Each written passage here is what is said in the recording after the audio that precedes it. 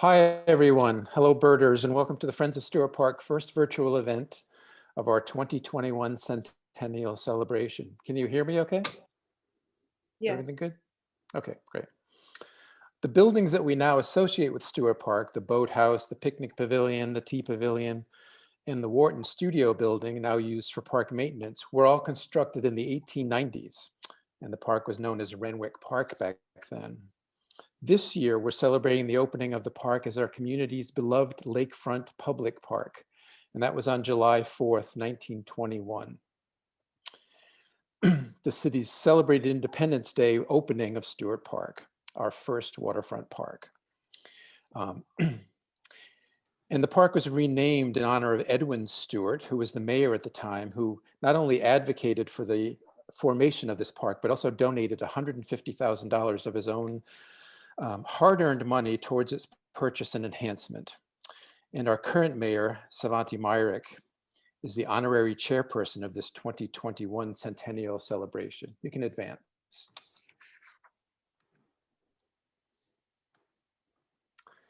So this is an article from the day after the celebration when the park opened, and it was a big festive affair. As you can see, it was a very hot day and there were a lot of people swimming in the park that day. So the Friends of Stewart Park, with its partners, the Wharton Studio Museum and the City of Ithaca, are now officially beginning to celebrate Stewart Park Centennial in 2021. And we have put together a variety of entertaining, what we hope will be entertaining, engaging, and informative events and exhibits. Following tonight's presentation, next month we'll look at the history of Stewart Park. Then we're going to talk in celebration of the restoration of the Cascadilla Boathouse exterior, which will happen this summer. We're going to do a presentation on the whole history of rowing in Ithaca, Cornell Ithaca College and the Cascadilla Boat Club. We're going to start planning the next kind of generation of the revitalization plan that got this whole thing started back in 2009. And our favorite city forester, Jean Grace, and her husband, Jules, who works up at Cornell Botanic Gardens, will also tour in June and talk to you about the amazing trees of Stewart Park and the wildwood. And then in the summertime, we'll have music and festivities. You can advance it, Janelle. And in the fall, we'll either go back to virtual presentations or hopefully do them live and in person. We'll just have to see how that goes. Andy Zepp of the Land Trust is going to talk about the Land Trust's work on lake water quality in Cayuga Lake, which is obviously critical to all of us. Gene McFeeters and I are going to talk about just take a look back at the development of the Cayuga Waterfront Trail, and that's going to be a fun presentation, I think. And then we'll also present the Stewart Park Revitalization Plan. So in honor of Mayor Stewart's $150,000 gift, Friends of Stewart Park is looking for 1,500 park lovers to donate $100 each to match the mayor's gift 100 years later. You can help us kick off this mayor's challenge and support the Overlook Restoration, which we'll show you a couple of pictures of, by scanning this QR code on your screen or following the link posted in the Zoom comments, which we will get up soon. Okay. So this fund will be used to support a variety of smaller park and trail improvement projects that can be a fundraising challenge to raise money for. So we're kind of lumping them all together. And the first one that we want to support is the restoration of the Overlook. And this was built in 1934, and it was funded by the Cayuga Bird Club back then, who's done a lot in the old days of the park and currently as well. So we raised $17,000 at the time. We hired Joel Brain of Brainstone, who did some wonderful work on the walls and the surfacing, and we repainted the rails and did landscaping around, reset the stone walk. And then the next winter, the lake level dropped, and little did we know, there was a huge gaping hole in the foundation. So that's what we're currently raising funding for, is to repair this. It's a little bit tricky because the water level will rise up after February. We're glad we didn't try to do it this February, that's for sure, because it would have been not a fun volunteer project. But that's our initiative to try to honor this tradition of the Bird Club's gift to the park in 1934. And we'd like to get this done in the summer of 2021 too. And then finally, next, in a month, myself, Diana Reisman, Susan Holland of Historic Ithaca, and Brian McCracken will be presenting it's a really fun slideshow about the history of Stewart Park. We have amazing pictures from the 1890s through the 1930s, and then a lot of family photos in the 40s and 50s. And so I think you'll enjoy that presentation. So join us on March 31st if you'd like. So tonight we have the great honor of, I have the honor of introducing Steve Kress.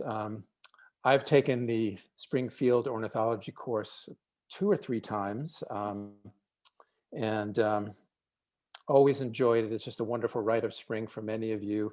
Many people keep going back year after year, either because like me, they forget the names of the birds, or they just love to go and watch Steve's presentations. So Steve, as most of you know, has been teaching for 40 years at the lab, and that's why 300 of you signed up for tonight's presentation. So thank you for helping us out, Steve, and I'm really looking forward to your presentation. My name is Rick Manning. I'm the Executive Director of the Friends of Stewart Park.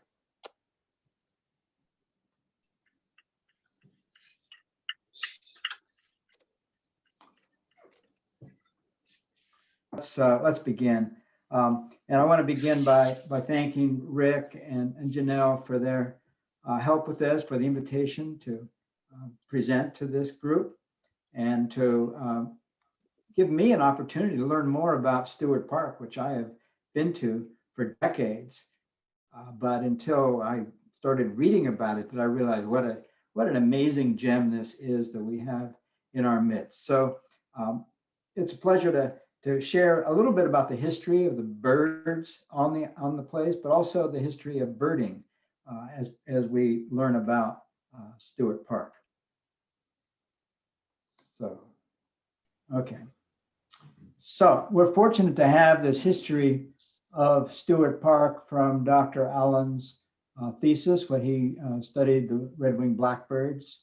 And this marsh shows us what it looked like about 1912, long before Route 13 was expanded and before the high school and Boynton were placed. You can see that really what Stewart Park is the delta for Fall Creek, bounded by the Cayuga Inlet, and Fall Creek has brought its sediments out there, much as the Teganic Delta below Teganic Falls. We have this delta, which was marsh and forest. Of course, now it looks very different, but fortunately we have Stewart Park, which is protecting much of that same area. And Stewart Park is here, you see it bounded by the yellow line. And within Stewart Park, we have the Renwick Forest and Renwick Wildwoods, it's called. And let's just consider this area, because consider how terrific it is that there is a forest down in all this prime real estate that wouldn't have been a forest for long if it wasn't for the Cayuga Bird Club back in 1913 that came to the protection of the forest. There was an effort by the city to clean it up. And the Cayuga Bird Club said, no, this is not right. James Needham famously said that the Ithaca birds have certain vested rights there, and rights to abundant food and supply and among the berry-bearing bushes, and rights to shelter and nesting sites among the beautiful wild vines. How advanced thinking that was at the time.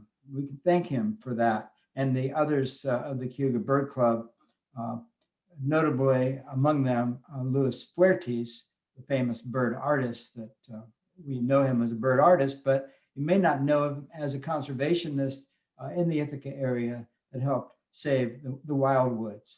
And there he is in 1917, standing there at the entranceway to it. over 300 people rallied behind Fuertes and the Cayuga Bird Club to make their voices heard. And the Cayuga Bird Club stepped up with some money and lots of volunteers. The upper left picture shows Fuertes speaking to some of the groups. They came together, especially on Arbor Day, to celebrate the birds, and not just to be there for, but to get actively involved in creating habitat for them, creating brush piles, putting some trails through. And there's the lower group. I love this name, the Bird Scout Brigade. The Scouts, of course, are famous for helping nature and being engaged in wildlife, but here's the Bird Scout Brigade, 1915. The park was set aside then and is largely pretty much, the way it was, the way when Fuertes and the Cayuga Bird Club helped protect it back then, enhanced by some trails that go through it. Of course, the vegetation has changed over time. The vegetation is still, the big trees are even bigger than they were back in the early 1900s, but the understory has dramatically changed, especially because of invasive shrubs that have moved into the area. But still, it is functionally there, and there's plenty of birds in the Renwick wildwoods. So another feature of Stewart Park that's important among birders is what's called the Fuertes Bird Sanctuary. Some people call Renwick Wildwoods the Fuertes Bird Sanctuary, and I did until I started reading about it as well, but it's not. It's the Renwick Wildwoods. That's the original name. That's the name that we should be calling it now. And the Fuertes Bird Sanctuary is this point of land that sometimes known as the Swan Pond. That was a feature of it, the original design, as you see here, as it looked in 1927. You walk to the back of it, you can look back toward the boathouse, that iconic building, and to the overlook that Rick talked about before. This is all to be seen. And I have to say that this point of land is one of the richest bird sanctuaries. It's not because there are swans in it. It's not because there are occasional ducks in it, but it's largely because of the shrubby vegetation around the perimeter. It's one of the most natural looking, untidied up pieces of the park. We'll talk more about what makes good bird habitat as I move through this, and I'll talk about some of the kinds of birds. But as you walk around this area, it's the layering of these shrubs that makes this bird sanctuary attractive to birds, not just the water birds, but the land birds as well. And here's the original look of the overlook as it looked back in 1934 when the Bird Club invested in building it initially, naming it for Fuertes, who tragically died in a car accident in 1927. That was what led to this being the memorial park in his honor.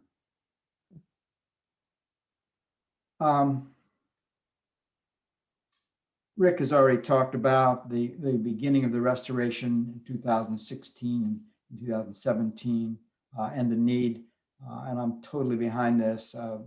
This overlook certainly threatened, the work that's gone into it so far is threatened if we don't succeed in raising the money to fix it. And I want to point out to all those concerned that this is the 100th anniversary of Stewart Park. And as part of that 100th anniversary, there's been a scattering of projects associated with the park that are enhancing it for birds and for pollinators. All the new plantings that are going in that I've seen there are mostly, if not completely, native plants that have been selected because of the bird attracting qualities and the pollinator advantages. And then there's the new boardwalk into the wildwoods with an interpretive sign that Dave Nutter helped to add his knowledge about the natural history of the birds.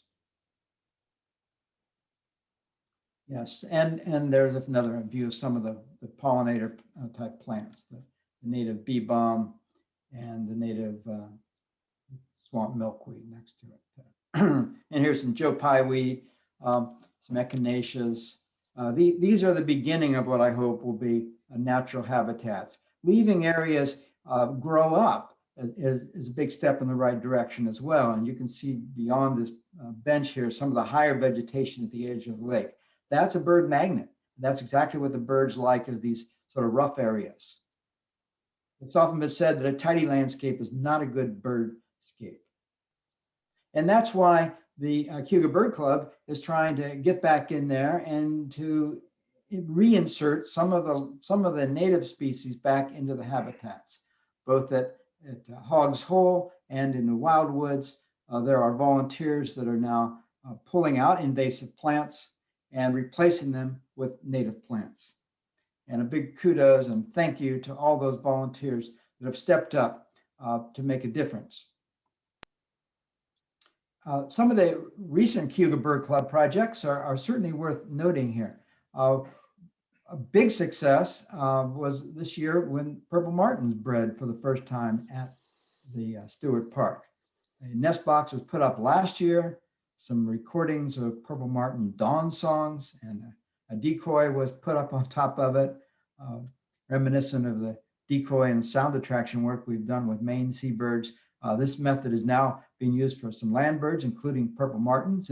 And this year, martins nested there. 2 pairs raised young for the first time in Stewart Park. So it's likely those birds, those individual birds, will be back this coming summer. So come on down there. They start coming back in late March, early April to reclaim their nesting places. The house is down now so that house sparrows don't move into it in the winter and become established. But by spring, the house will be back up and the martins hopefully will return. We're down in Brazil now, I think. Another project is to hopefully enhance habitat for the wood thrush. This is more difficult. It's not a matter of just putting up a birdhouse, but it's a question of improving the habitat by planting native plants. Spice bush, for example, is one of the wood thrush's favorite plants, and enhancing the spice bush in the forest, which is a great bird attracting plant for a lot of birds. And it happens to be one of the more deer resistant shrubs as well, is a good way to start. The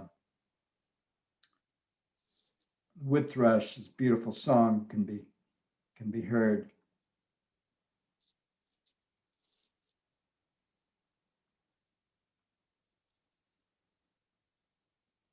Just checking with, is that in fact playing that call? No.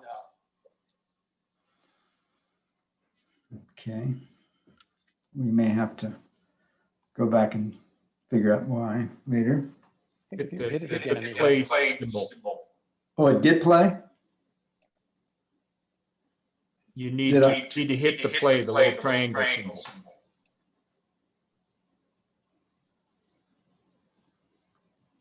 Little triangle. Oh.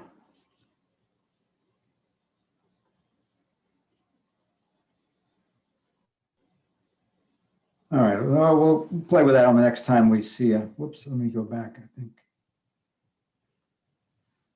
Got some other bird projects here to mention.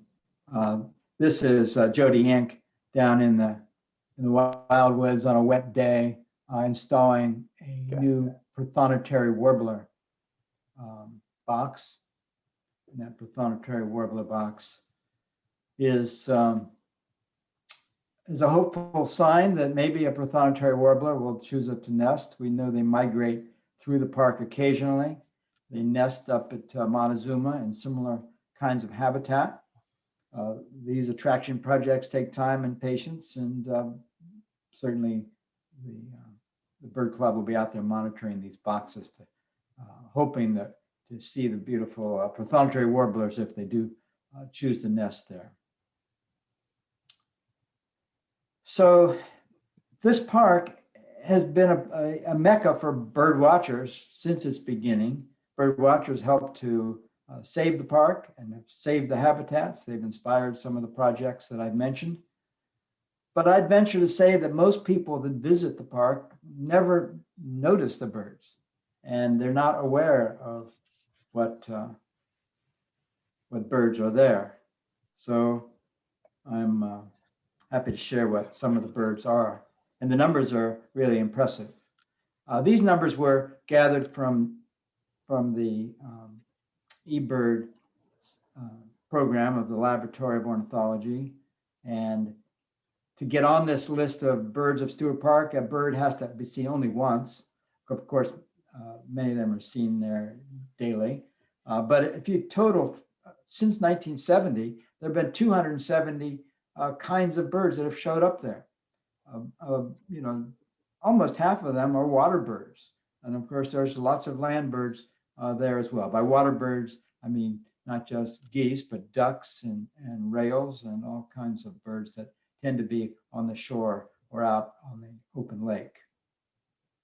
That 270 is impressive if you look at all the birds in the US, because there's only about 800 kinds of birds in the United States. So if we stay in one spot and you go there, you know, time after time, you're likely to add a lot of birds to your list. Why so many species here? Well, I think there's a variety of reasons. One is there's many habitats. Think about it. We've got the forest habitat. You've got a soft edge of shrubs around the edge of that. You've got kind of the developed habitats around buildings. And you've got shoreline and open lake.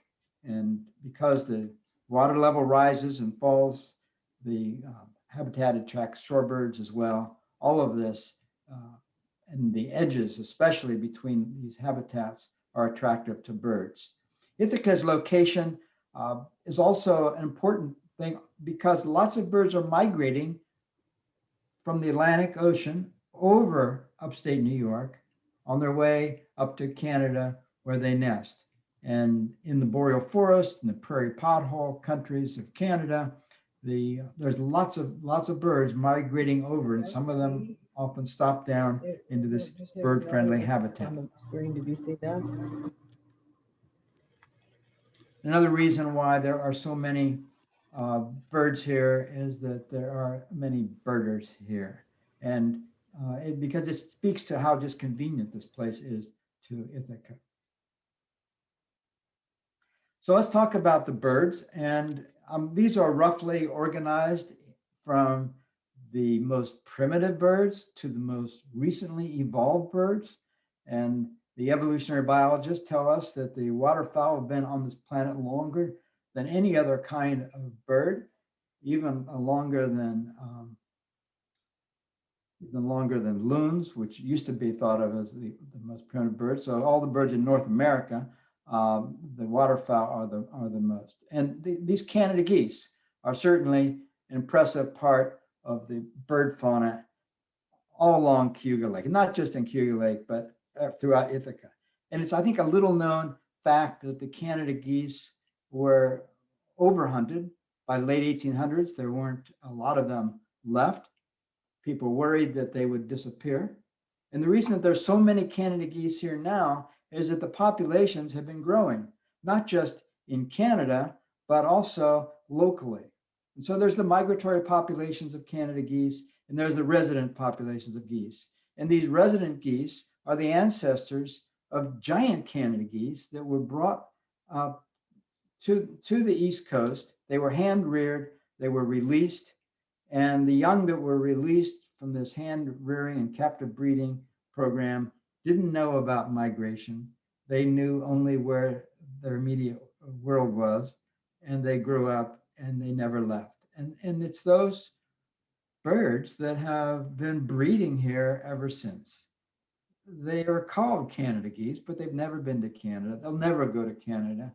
They are, in fact, here to stay, the resident geese. So I guess the question is, are we getting any sound? There should be some sounds. We did hear. Yes, we did. Oh, you did hear sound. Okay. All right. Let me just.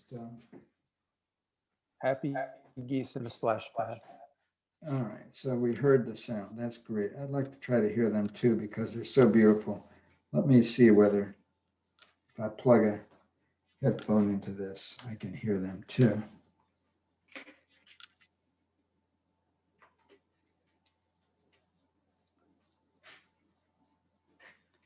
Okay, so let's continue on now. Of course, these Canada geese, a lot of them, as I'm saying, they're resident. They don't migrate away, and I'm impressed whenever I go there to see how many Canada geese are there. And they tame down. If they're not hunted, they're quite accepting. They're one of the few birds that can actually get nutrition out of grass. Most birds don't bother eating grass. If you think about it, they're eating high energy seeds, they're eating suet, but Canada geese actually thrive on grass. They are adapted for grazing. And that's why there are so many and they're so productive. Here's a family, a little bit about their biology, which is amazing. The male and Canada geese look and males and females look alike. You really can't tell the difference. The reason these Canada geese are so big is that they're ancestors of the giant Canada goose, the largest of the many varieties of geese. And here comes mom out front. Dad's a little bigger. He's bringing up the rear. The little ones stick very close. Of course, little geese are never fed by their parents. And so they are able to just sort of walk along, and just as long as they stay with their parents who will protect them, they're okay. They get too far behind though, they're in big trouble. And so they have to run fast to catch up. I'm gonna continue on to some more of the ducks of the Cayuga Lake and Stewart Park in particular that you're likely to see. So with 270 species, clearly what I'm doing here is picking the most common birds, the birds that people are most likely to see when they go down to Stewart Park. Male mallards, they don't really, among all the waterfowl, the male mallard is one of the most spectacular of all. With that iridescent green head, the wild birds have a bold white ring around their neck and a glossy blue patch in the wings edged by white. These are the males, and the female. Here she is with her brood of a dozen or so young. Like the Canada geese, as soon as the eggs hatch, the young can start eating on their own. The parent's job is to protect them from predators. And the male's job was to fertilize the female. It's all up to the female to incubate the eggs and to protect the young. The little ones stick very close to her. She'll protect them, lead them away into safer habitat, but it's all up to her to raise the young.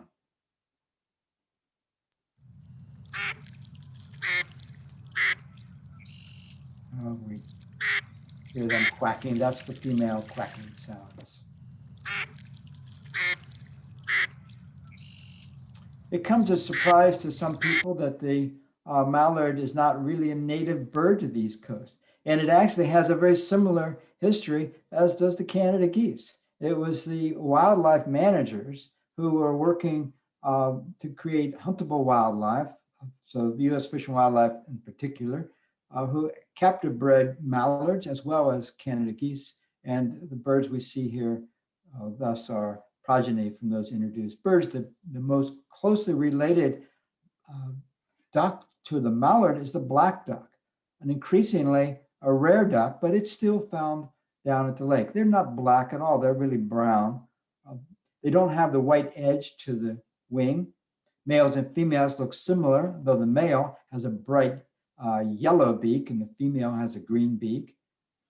But otherwise, males and females look similar. About half the ducks that occur near Cayuga Lake and Stewart Park in particular are part of a group called the dabblers, and the mallard and the black duck are members of that group. They sometimes interbreed, so you sometimes get a mallard black duck mix. Most of the black ducks migrate further north, and they don't breed in the area, but the mallards certainly do. Now, another duck that you might see in the forest of Stewart Park is the wood duck. Wood ducks are such one of the gaudiest of all ducks, but you really have to have a close-up view like this to see the colors. At a distance, a good way to recognize the wood duck is that big white patch on the side of the face that creates a U shape, and the exceptionally long tail, which is used as a prop, which to hold them up against tree trunks. Normally, they nest in hollows inside of trees, but they've been very responsive to nest boxes. And wooden boxes like this have made all the difference for wood ducks. They came back from near extinction in North America. And it's one of the great conservation stories, the fact that just putting up these boxes and protecting wet habitat has been enough to bring the wood ducks back. And here's a pair at their nest. And here's the female off with a group of young. Females are much more vocal than the males when they fly. They make a loud screaming sound.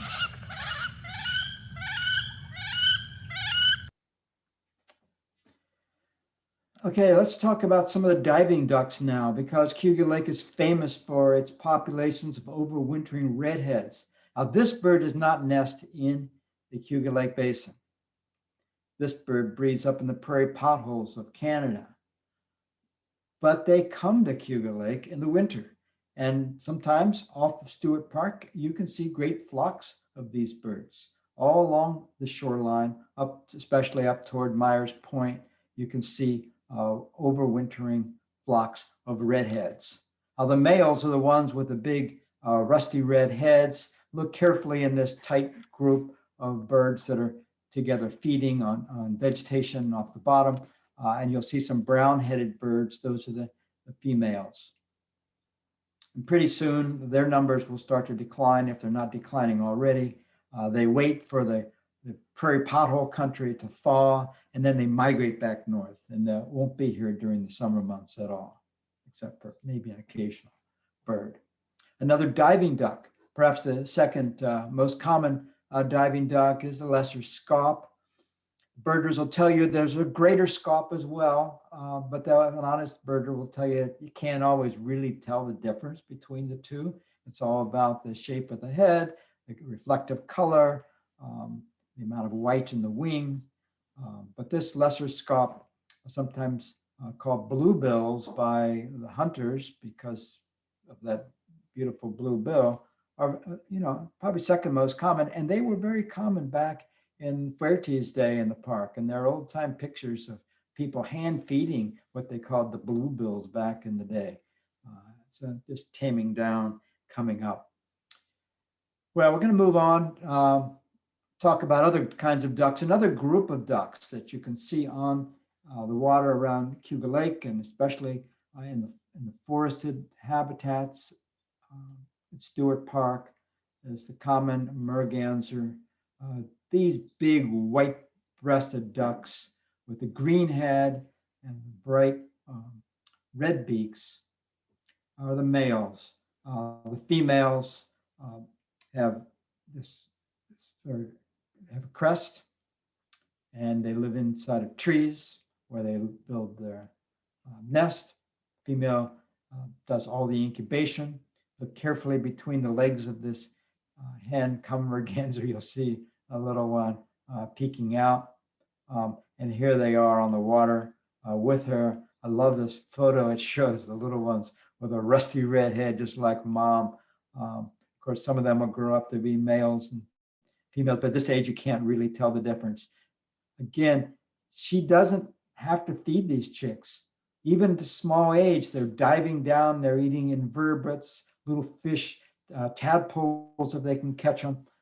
Her job is just to offer protection to keep the little ones safe. These are just out of the tree nesting cavity.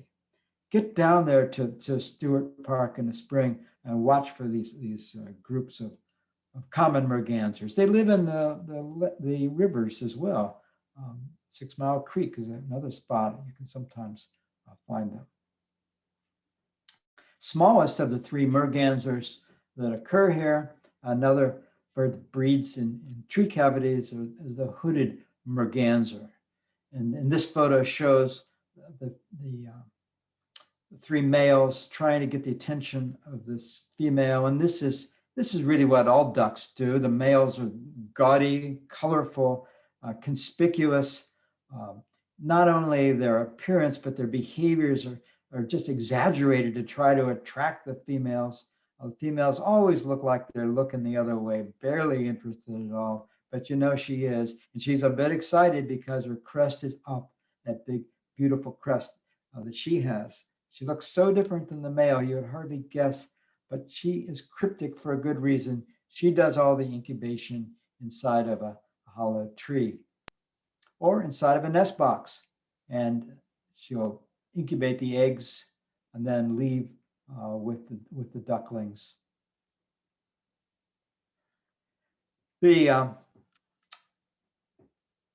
I'm going to stop with that for ducks, the geese, and all the other kinds. There are so many. There's over 20 kinds that occur in lesser numbers. But there's only one common loon. It's a dramatic bird. It's bigger than any of the other water birds we see, almost goose-sized, very distinctive from a distance if you see one out on the lake with that long pointed beak, not round-tipped like a waterfowl, but the loons are in a separate order, very distinct from the other birds. Love their calls, the wailing call of the loon. The wailing call means that the birds are calling. This is a call between a mated pair, and they call so they can bring the pair together. Sometimes they'll call with this loud wailing call. There's an intruder in their territory and they want to alert the other member of the pair, and together they may chase the intruder off. The loons are famous divers. In fact, their name in Europe is the great northern diver. And this close-up shows one with a crayfish. More often they eat fish of all different sizes. And they have 1 or 2 eggs a year. The little ones, after they hatch, are so adorable as they get up on the backs of their parents to stay dry. Their waterproofing isn't so great at this stage, so they have to get out of the water. The parents are great protectors and great providers. Here's one feeding a little pumpkin seed sunfish to its little chick. Don't expect loons to always look like that, though. That's just the way they look during the breeding season. But in the winter, they lose all those gaudy plumages. You can just see a trace of the barring on the neck of this bird in winter plumage. And they'll look like this also for about the first 4 years of their life before they develop that breeding plumage, the distinctive black and white plumage. Another water bird that occurs at Stewart Park, often in the shallower waters. I don't know that they breed there. Maybe they would if there was enough marshy cattails. This is a typical habitat view of a breeding pied-billed grebe sitting up on its nest, named for the pied black and white pattern of the bill.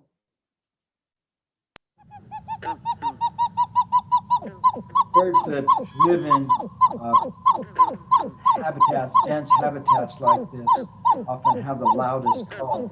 They can't be seen so well. They don't have very gaudy plumage, but they make up for it with those loud calls. And the little ones are brightly colored, oddly striped, have the habit of getting up on the back of the parents. Both male and female loons and male and female grebes help incubate, and one might guess that's the case because they both look very similar, both cryptic. Let's talk about herons for a bit, because there are several kinds of herons that are found in Stewart Park. Biggest is the great blue heron. And the great blue herons, male and female, look alike.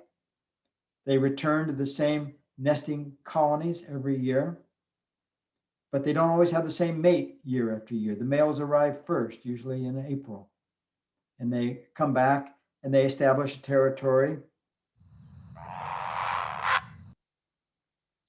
The herons are feeding the shallow waters on fish of sometimes impressive sizes.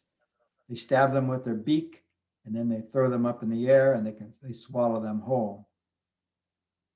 Courtship starts with offering sticks to the female. The males get back first. They pick a nest site. They maybe do a little bit of nest building. And then when the females come, they land on the nest that looks appealing to them. And if she accepts a stick from the male, that's the beginning of the pair bond for that year. And they will both get together and build the nest up. She'll lay the eggs, and they'll take turns incubating those eggs day and night. One of their biggest predators are great horned owls. Come in at night. They don't dare leave the chicks alone. The 28-day incubation period, they stick tight on top of the young to protect them. A few years ago, we had a couple of pairs nesting on the pond at the ornithology lab, and there's some amazing photographs of great horned owls coming in at night after the chicks, and they were fended off by the parents who were tight on the nest, chasing them away. Now, in the shallow waters, especially in Renwick, I've often found green herons. I wouldn't be surprised if they nest there and along the edges of the marsh, the edge of the forest. The green herons, they're not very green, but if you get them in the right back, you see the back is green, which gives the name. They have this big, long-haired look when they're excited and when they're feeding. Now, the young ones are more striped. And here's one that is fishing. Often watch for them on low-lying logs. They use the same kinds of logs. The turtles like to come out, like painted turtles like to come out and sun on. This is just the kind of spot that a green heron will wade out to. They'll look for little fish, and then they'll jab them and surprise them from above. Green herons are noted for being one of the few tool users among birds. They have been known to pick up little bits of bread and drop it on the water to attract little minnows. When the minnows come up, then the green herons, strike at them for a meal. Perhaps the most common sandpiper that you might see working along the shallow, muddy shoreline of Stewart Park is the spotted sandpiper. Well named. This bird has spots all over its chest during the breeding season. In the winter, it loses the spots. It's a highly migratory species. If you travel to Ecuador and you were in the highlands of Ecuador, you might find spotted sandpipers, the same birds that would maybe nest in the Stewart Park area. They migrate way south of the border. They come back to lay their 4 eggs, which hatch into these highly mobile little chicks. The day after they hatch, they can run really fast, and then they freeze and hide. American coot is another bird you might see along the shore of Stewart Park. Sometimes, if they cooperate, they'll lift their legs up out of the water like this, so you can see that they have these unusual lobed patterns on their toes.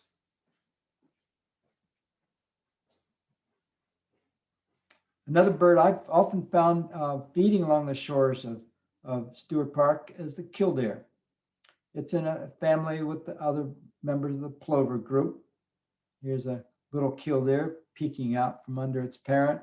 There's still a cryptic colored egg under it. As soon as those little chicks hatch, they'll be up and running around like the little spotted sandpipers. Precocial, they're called, because they can get up and run almost as soon as they hatch. They get their name from the loud call, kildare, kildare, kildare.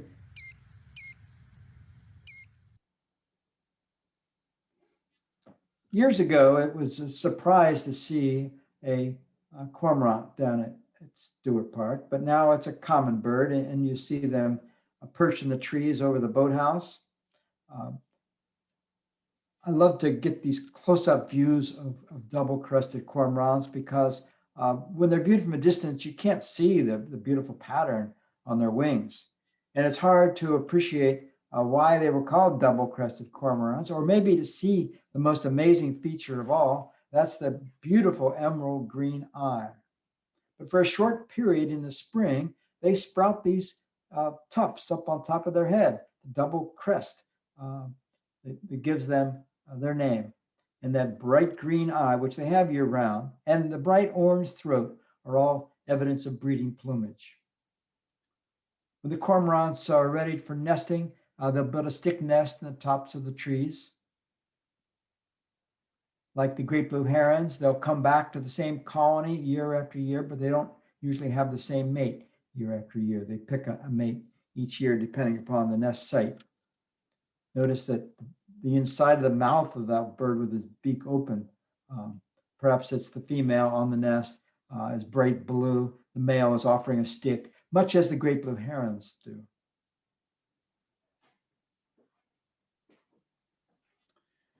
Cormorants have been increasing, perhaps returning back to numbers like they had once long ago. Likewise, gull populations are increasing, or at least they are stable. There are three kinds of gulls that are most common, though there's many other kinds. I'll just mention the three common ones. None of them, however, are seagulls, and people often call them seagulls that don't know better, but these are gulls, most of which have never been to the sea, especially these ring-billed gulls, which breed further north near Lake Ontario. This shows the distinct ring around the beak of the adult bird and the bright golden yellow legs and webs. The loud call is a distinctive part of Stewart Park. We've heard many of them call, and one starts calling, it often sends a cacophony of sound that ripples through the others that are there. All these gulls are there for the fish and the food in the lake. They're not here to breed. We don't have nesting islands in Cayuga Lake. If we did, I wouldn't be surprised whether there would be nesting colonies of these gulls as well. They can't nest along the shoreline. There's too many raccoons and fox and mink along the shore. For them to raise their chicks, they need a nesting island. And so a site like this happens when the gulls have a nesting place safer from those mammal predators. This is a colony of ring-billed gulls. If you see ring-billed gulls, you might also find herring gulls sitting there. Recognize them quickly from the ring bill by the fact that they are larger and they have no ring around their bill. Their legs are not golden yellow, but pink instead. Otherwise, they look very similar. And like the ring-billed gulls, they don't nest on Cayuga Lake. They nest further north on Lake Ontario, on small nesting islands. In the winter, a third kind of gull shows up, and you see them occasionally in the summer, but it's mostly a winter phenomenon. This is the largest gull on Cayuga Lake, the great black-backed gull. In fact, it's the largest species of gull in the world, with a wingspan almost as large as an eagle. All black above, and it's adult. The young ones are more speckled gray, as are young herring gulls and ring-billed gulls. Larus marinus is this Latin name, reminds us it's a bird of the marine habitats and just comes inland during the winter. Caspian terns don't breed on the lake either. They breed further north. Their colony is all the way up to Newfoundland and up into Minnesota. It has, in fact, as the name suggests, Caspian, it breeds in distant oceans. They have one of the biggest ranges of any bird in the world. And I'm not sure exactly where these birds come from that come to Cayuga Lake, but you see them up on Lake Ontario and you see them on Cayuga Lake most of the summer, and especially in the spring and fall. The biggest of the terns, recognize them by their bright red bill. Nothing out there that looks like this. They're about the size of a ring-billed gull, and often they perch on the lighthouse stone wall. Here's a young one with a big fish in its beak. Now, belted kingfishers are common in the shallow waters of the inlet and around Stewart Park, often sitting in trees, flying out. They're one of the few birds that can hover. So if you see a bird hovering, especially if you hear one giving this rattling call, it's a belted kingfisher. And they're called belted because of the dark band around the neck. This is a male. He has just a dark blue band around his neck. The females have not just the blue band, but they have the orange band underneath. Breaks the rule that the females are usually less colorful in birds, but in this case, the female has more color than the male, and this one's got a little darker in its beak. And note the big crest. Sometimes they can drop it, like the bird in the air has it down. This female has got it up. And here's let's move on to the raptors. So some exciting raptors that are common down at Stewart Park. Turkey vultures. I don't have a recording of a turkey vulture because all they do is hiss, and you got to be very close to even hear that. But it's the big, dark, hawk-like bird that you see soaring over the lake. It used to be, years ago, we didn't see any in the winter, but now, perhaps because of climate change, perhaps because of just the population expansion, these birds winter with us now, and you can see them year-round. Recognize a turkey vulture by the reddish-colored head of the adult. Ospreys, another bird that's on the increase. In this case, because we've cleaned up the DDT that caused their populations to plummet, and because there's been an active program to put up nest boxes, we know that the ospreys population is thriving. Back in the 1990s, there was only about 10 pairs nesting in the Cayuga Lake Basin. And recently, the population has grown to about 150 pairs in the same area. This dramatic recovery of the osprey, this beautiful bird also known as the fishhawk, is due largely to the nest platform program of NYSEG that has been headed up by Paul Paradine, and many others have helped him to put these nesting platforms up all around the lake. You've seen them, and there's about 5 years ago, one went up in Stewart Park. It takes about 5 years for the ospreys to actually claim these nesting platforms and to produce young, because they're prospecting, their pairs are forming, and they're building the nest. And finally, when they're comfortable enough, they will start the nesting cycle. Here's a pair on the Stewart Park osprey tower. They're magnificent birds. This one coming in with a shad to feed its nestling.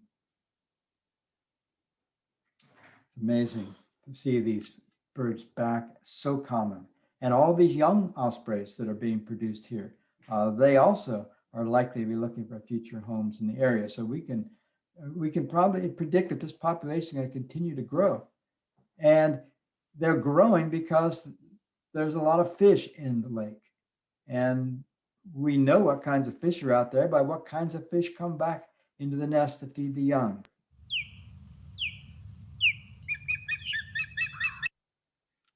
Here's a couple of other pictures of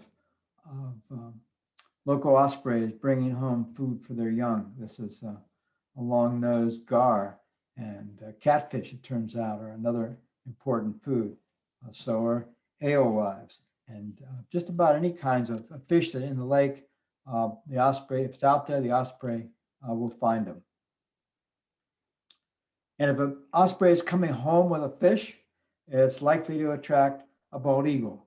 And the bald eagles are also on the increase. Not as many as ospreys yet, but their populations throughout the Northeast are rapidly increasing. In some areas, they're actually competing with osprey nesting habitats, and they can displace ospreys. And a bald eagle, because it's top of the food chain, can eat whatever it wants, including young ospreys, as we've seen to our dismay on the Maine coast. Here's an osprey coming back with a big menhaden. This picture was taken on the Maine coast, but it could have been taken here as well. The bald eagles are famous for their fishing, and when there's fish in abundance, that's their preferred food. They can snag them right out of the water and fly back to their nest to feed themselves and feed their young. If there's not enough fish in the water, that's when they generally turn to eating other birds. And here they are at their nest. By this time of year, the eggs, they probably already have eggs or will soon. And the young it takes about 3 months to raise the young. Once they hatch, here they are, about 10 weeks old, almost ready to fledge. So by July, these birds are generally in the air. So if you see a big dark hawk, and it's not a vulture, it's likely to be a young bald eagle. Another exciting bird of prey that's on the increase, breeding in Ithaca urban situations and also being seen in increasing numbers at Stewart Park, are merlins. These it's not the smallest of the falcons, because the American kestrel is a little smaller, but merlins are returning. Listen for their calls, chirping sounds. They're bird eaters primarily, and they'll chase down other kinds of birds and bring them back to the nest. Red-tailed hawks. Red-tailed hawks are perhaps the most common hawk in the Ithaca area. The game farm, recently they've seen 30 or more on a day, but it's a common bird down at Stewart Park. You often hear them calling before you see them. Once you know the call, look for their nests, big stick nests. Either they may use old crow nests, or they can build their own nest, usually in a tree crotch like this. They sometimes share the habitat with great horned owls, and the Renwick Wildwoods has been home regularly to great horned owls. Usually a habitat like that would probably be home to one pair of great horned owls. This time of year, the snowy weather is not it's not a daunting situation for great horned owls. They thrive in the snow. They can feed rabbits and squirrels all winter long. Rooting like this is something that the great horned owls do to set up their territories. And by now, they probably have eggs. Soon they'll have young. Most of the pairs in Renwick have been in hollow trees. They've moved around to at least 3 sites that I know of inside of hollow trees. And there's even been one nest out in the open in the golf course. This is not that same nest, but it's a similar kind of open nesting situation that they use. They may take over a crow nest. They may even take over a bald eagle nest, because bald eagles in some areas migrate away in the winter, and they come back to find the great horned owls in their nest. Watch for them, when you visit the woods. And in the woods, watch for woodpeckers. Here's a red-bellied woodpecker. And here it is calling.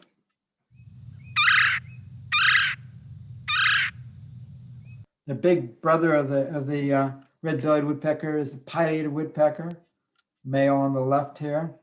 Now tooting call. The female, recognize her by the black whisker mark. The male has red whisker marks. Both of them take care of the young at the nest as it turns incubating and feeding the young birds. Smallest of the woodpeckers is the downy woodpecker. Males have a red patch on the back of their head. Females lack that. Young of the year have a red crown, like the little one poking out of a hole.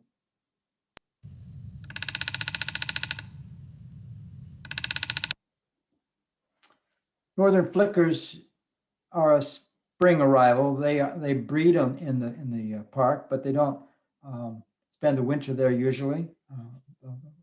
They may occasionally, but here's a female on the left here with lacks the whisker mark under the eye. The male on the right has the black whisker mark. Flicker, flicker, flicker, flicker, flicker. To paraphrase for their call. So the rest of the birds I'm going to show you are now in the perching bird order, the passerines. There are so many of these. So I've just picked out the most common ones. Eastern phoebes are migrants, but they don't migrate very far. They migrate down to the southeastern US. They're one of the first to come back in the spring, in part because they eat fruits, dried fruits, as well as insects they can afford to get back. They're named for their EB call. Recognize them by their wagging tail, the lack of an eye ring, and their conspicuous voice. Another flycatcher that is common around the bird sanctuary, the Fuertes bird sanctuary, often, sometimes nesting in that area, is the eastern kingbird. Recognize them by their white-tipped tail. It's a longer distance migrant, so they get back later, showing up usually in May. They're called kingbirds because when they get really excited, they have a red crest that raises when they start chasing away larger birds that get too close to their nest. And here you can see that kingbird above diving down on an osprey.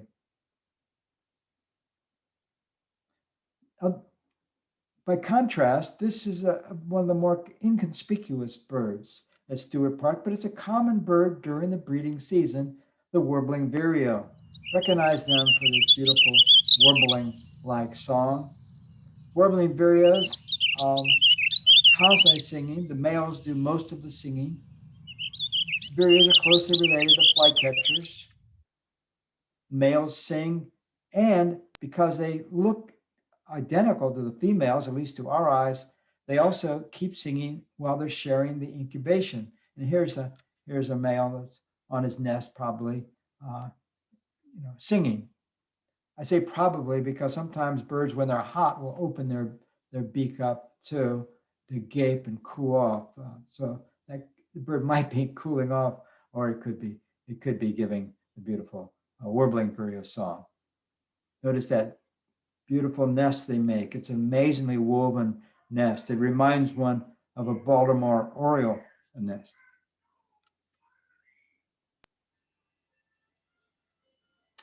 And here's that American crow. This bird is giving its caw, caw, caw sound.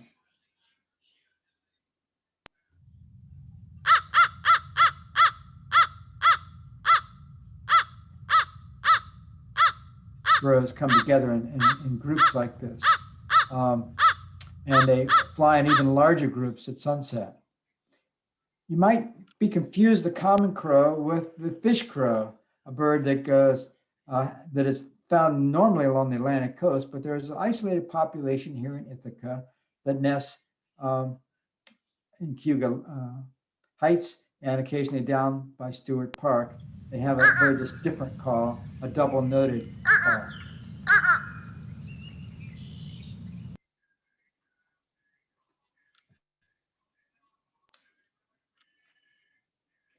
Excuse me a minute.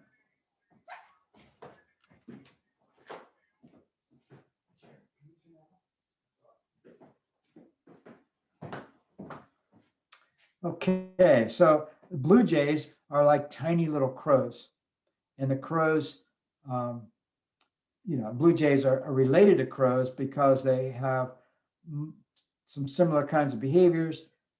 Taxonomically, you can recognize them by the fact they have that little tuft of feathers over the top of their beak. They're non-migratory generally, but there are migratory populations as well. Here's some of the calls of the blue jay.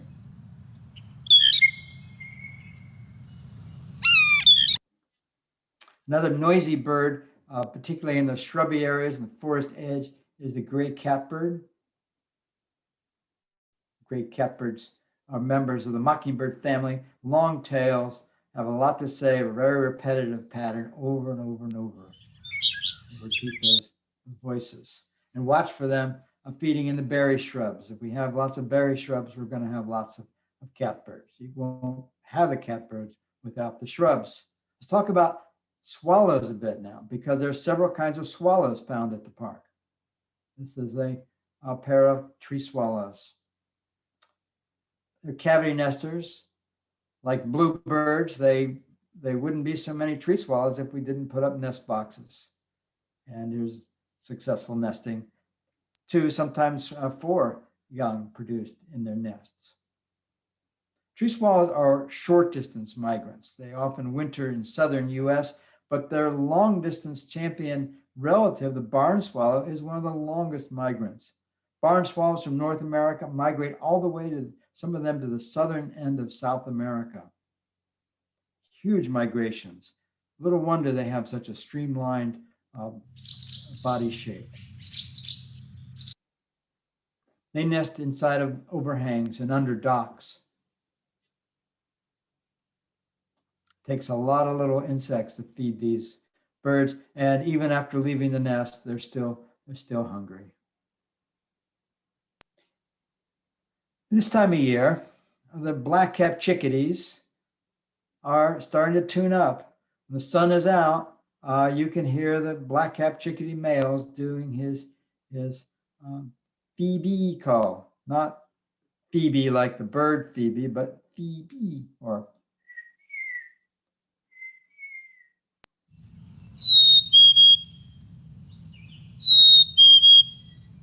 black-capped chickadees are closely related to tufted titmice. Both of them are cavity nesters, another bird that responds well to birdhouses.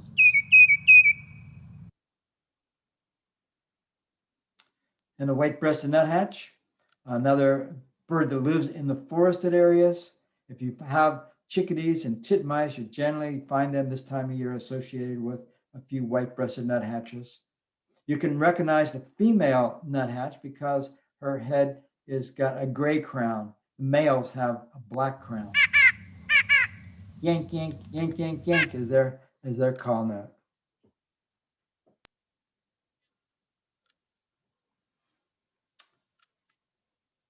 When the flowering crabs are blooming, that's when you might see the blue-gray gnatcatchers. They show up generally in late April. Recognize them by their white outer tail feathers, their longish tail, often cocked up over their back, an eye ring. Not going to win any awards for having a beautiful song. A nasal little chirping, if you will, at best, but it's enough to establish the territory. They probably would get a prize, however, for if prizes were given out to amazing nests, because this nest looks sort of like a hummingbird nest, covered completely in large lichens that have been clipped off of the trees and stuck in place, held there by spider webs. The blue-gray gnatcatchers. Look carefully, you can see a little beak sticking out right about there. Carolina wrens are here year-round. In recent years, the populations have been, it seems to me, increasing in the winter. Although the name suggests they're more common further south. Recognize them by their orangish red back and undersides and a bold white stripe over their eye. Tea-kettle, tea-kettle, tea-kettle is their call. Look for them nesting in any kind of overhang, any kind of brush pile, wood pile. Eastern bluebirds are another wildlife conservation success story. They too were almost gone off the landscape when our forests were clear cut and when wooden fence posts were replaced by barbed wire fences. They used to nest inside of wooden fence posts, but it was establishing bluebird trails and bluebird houses that clearly is very, very important. And Stewart Park has many of these up now. NYSEG, friends at NYSEG have put up these bluebird houses, and they're often productive. They need to be cleaned out in the spring, but if they are, the bluebirds are usually looking for places to nest. People have told me recently that the robins are back. How could that be with all this snow? Well, sometimes robins are here all year round. It's not, there's always some robins in the middle of the winter. This year, perhaps there are more coming up and showing up. Now that might be a climate change effect. Certainly you would worry about robins. Look how, but don't worry too much. This bird is fluffed up. It's keeping itself warm, and they don't need to feed on worms out of the soil like they famously do. They're happy to feed on ornamental crab apples and on mountain ash. And in this case, they're eating privet. Now, privet is one of the understory shrubs inside of Renwick wildwoods. It's an invasive shrub, and it's taking over the landscape. And this picture illustrates one of the reasons why that's happening is that it is it's the fruit are just the right size, and they are a favored winter food for robins and probably other kinds of berry-eating birds and spread them around. But too much of this is a problem because it produces only one kind of food. Different kinds of foods are very important for berry-eating birds, like cedar waxwings here, eating red cedars, the birds in the middle eating mountain ash, ornamental crab apples. If they have all these kinds of foods, then they have food throughout the year. And especially for waxwings, which over 70% of their diet is made up of fruit, it's very important they have a variety of foods that ripen different times of the year if their populations are to thrive and produce little birds like the fledglings at the bottom here. People sometimes confuse cedar waxwings with starlings. In a silhouette, they look kind of similar. But remember this: the starling is an introduced species, and it competes for the other cavity nesters. So it's problematic, particularly in large numbers. And it too eats a lot of these fruits and spreads them around over the invasive plants as well as the native ones. They're named for the star-like patterns on their black feathers. It looks like a starry night if you look at their breast patterns. That's what gives the starling its name. But those white tips wear off eventually, and bright colors emerge from underneath. Starlings have a wide range of sounds, not particularly a beautiful singer, if you will, but a beautiful bird just by looking at the colors. In the spring, there's all kinds of other birds, sometimes called neotropical migrants, that breed here, but spend their winters in the deep southern parts of Central and South America. Among these is the northern oriole that migrates down to Central America for the winter and then migrates back to Stewart Park to breed in the spring. This one's shedding water nicely, even as it sings. Here's a view of a northern view. Now they're called Baltimore Orioles. They were called Northerns for a while. Baltimore Oriole in an apple tree. They eat nectar. They eat insects that they find in the nectar. Some birds even eat the petals off of the apple flowers. Waxwings especially are noted for that. Orioles are fruit eaters as well. Red-winged blackbirds are related to orioles. Orioles are in the blackbird family. And the red-winged spectacular bird, especially when you get this full frontal view of its red-shouldered epaulets out. It's adapted to our agricultural system. It's adapted to different kinds of habitats. It's a real survivor, in part because they can nest in so many different habitats. And here's the female. Lots of people don't recognize these birds because they don't have the red shoulder, but the female deserves our recognition. She does all the work in raising the next generation, or at least most of it. Here she is building a nest in the upper left corner incubating. She does all the incubation of the little brood of about 4 chicks. After the chicks fledge, they need to be fed. The male will help with the feeding, but the males protect a territory, usually with several females in it. Their main job is to keep intruders out of the territory. It's just occasionally. Here's another blackbird, often overlooked. If you see them in the wrong color, the common grackle looks black, but just get it in the bright light, and it's one of the most beautiful iridescent birds that we have. And when they are displaying, they spread their wings out, much like a red-winged blackbird. They don't have the red shoulders, of course, but they have lots of iridescence that they use for displaying.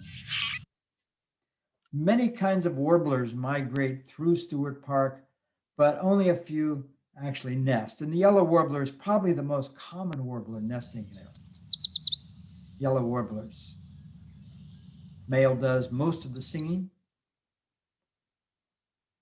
And here he is with his brighter orange striped chest feeding her on the nest. Another common warbler, commonly heard in Renwick wildwoods, is the American redstart. Redstarts recognize them by their orange. The males have this orange patch on the chest, and their tail classically spreads out. There are many kinds of redstarts, but only the American redstart breeds here in Renwick. And here's the male singing the spring song. The females also spread their tail out like this. They build a little nest in an inconspicuous spot, do all the incubation, but the male does come and help raise the chicks. American goldfinches are one of several kinds of finches seen in Stewart Park. Males like this, of course, it's a summer look. In winter, this time of year, their body is olive brown, but they still have the black wings. Notice this one is feeding on an echinacea head. If you're a bird gardener, you want to leave these heads up all winter long. It's a great winter food for the birds. House finches are commonly seen around the boathouse. Introduced birds from western US. They were released on Long Island. And the population has expanded toward the west, almost connecting now to the western population. Beautiful song that the male has, the female is quiet.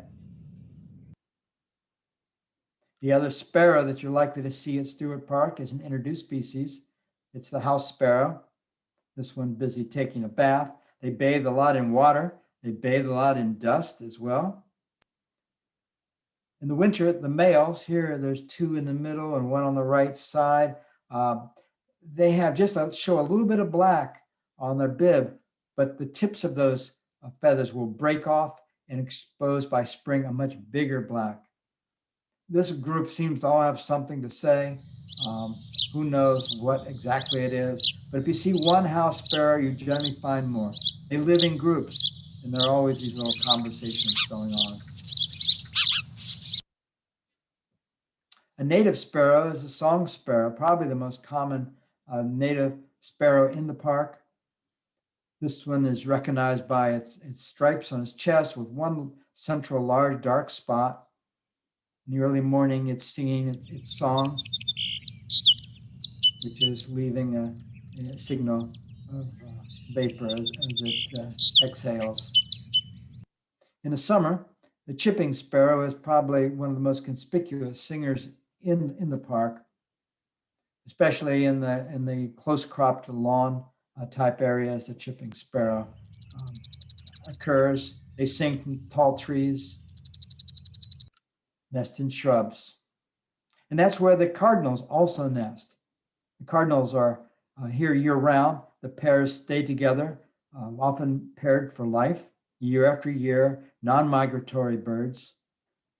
Males do a lot of the singing, but not all of it. The female also has a very similar kind of song.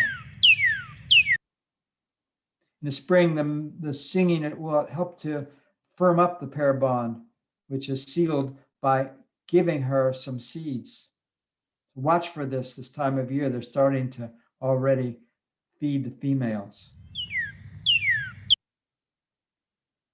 And after feeding, she'll build a nest and she'll do the incubation.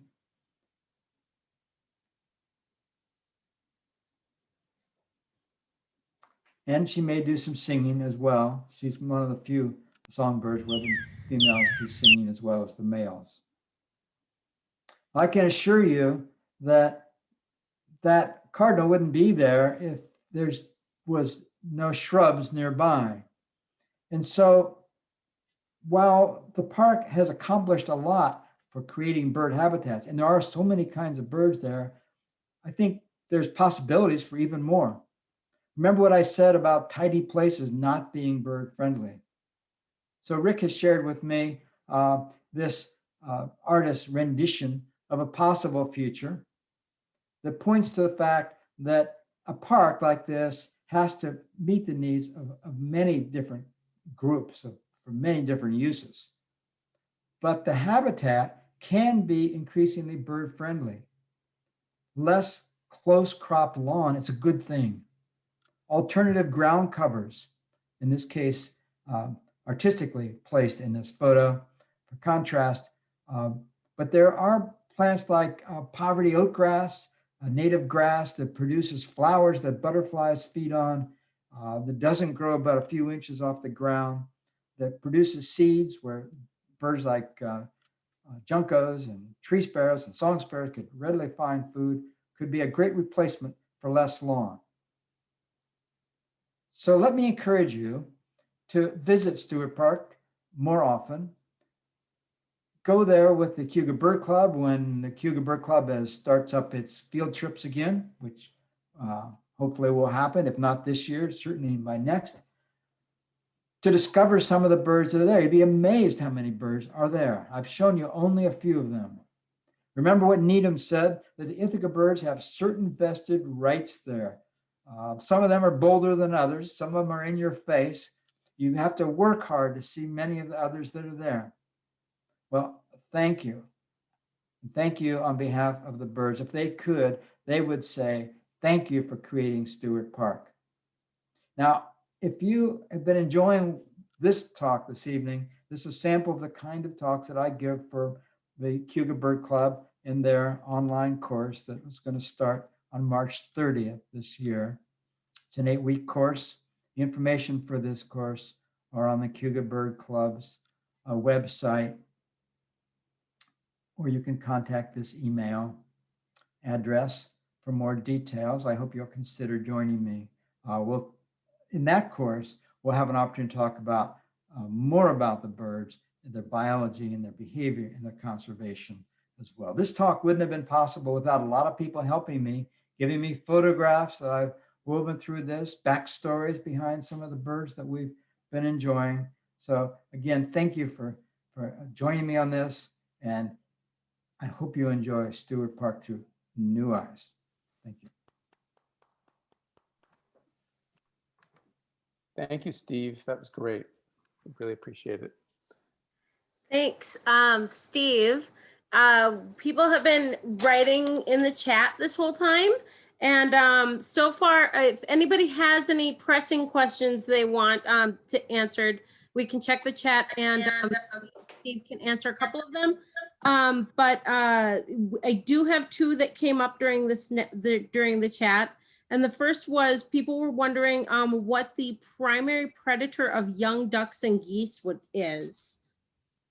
Okay, thanks. Great question.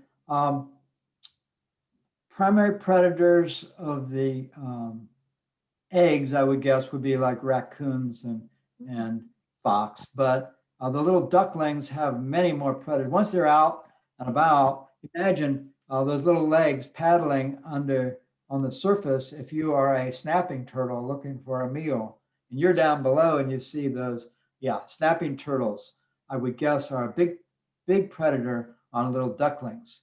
Also fish, especially the bass, largemouth bass, readily take ducklings. Even, great blue herons probably snatch one up if they could get close enough. Yeah. Thanks. The next question is, you mentioned a heron rookery. And somebody was wondering if that was at Stewart Park or a different place. No, that was not at Stewart Park. I took that elsewhere, but there are a few in the Ithaca area. Someone asked if there are ravens in Stewart Park. Ravens are on the list. To my knowledge, they don't nest there. They nest in the larger forests and the hills around Ithaca. Great. That's a bird that's also been on the increase. But yeah, they're on the bird list. And someone asked if there's any way to keep European house sparrows from invading bluebird houses. Timely question. So with bluebirds, the biggest advice I can offer is location, because house sparrows like to nest near human dwellings, near barns and near our houses, and bluebirds don't. Bluebirds like open, big fields. So if you've got house sparrows, it's likely you're too close to human habitat and you're not out in the middle of a field. A house or a bluebird likes at least a couple of acres of open grassy areas for its territory. And they can defend areas as large as 7 acres, but they don't need 7 acres to nest. House sparrows, yeah. And you can, that's the best advice. Okay. I think we'll have this one be our last question. And that is, oh, there's 2 that went, okay, they're kind of related. One is asking where the purple martin house will be located when it goes up. And the other is wondering about wood duck nest boxes, if they need to be protected to prevent climbing predators. I think that the martin house is down on the shoreline. So I think if you go down to where the willows are, look in that area. I think that's where it is. And what was the other question? The other one was asking if wood duck boxes need to be protected from climbing predators. Yes. Climb up. Ideally, a wood duck box should have some sort of a baffle under it. If it's out in the water, it should have a cone under it. A large cone to keep raccoons climbing up. I think at least 2 feet across. Keep raccoons from climbing up and over it. A metal cone. All right, I think we will throw it over to Rick to finish us up and thank everybody. Okay, thank you. Yeah, thank you very much, Steve. That was really fun and beautiful images and very relaxing. I remember those courses many years ago that I took. It was great. So I encourage everyone, if you haven't done it, to do that for sure. And we'll see you all on March 31st if you're interested in park history. So thank you all, and see you in the park soon. Thanks.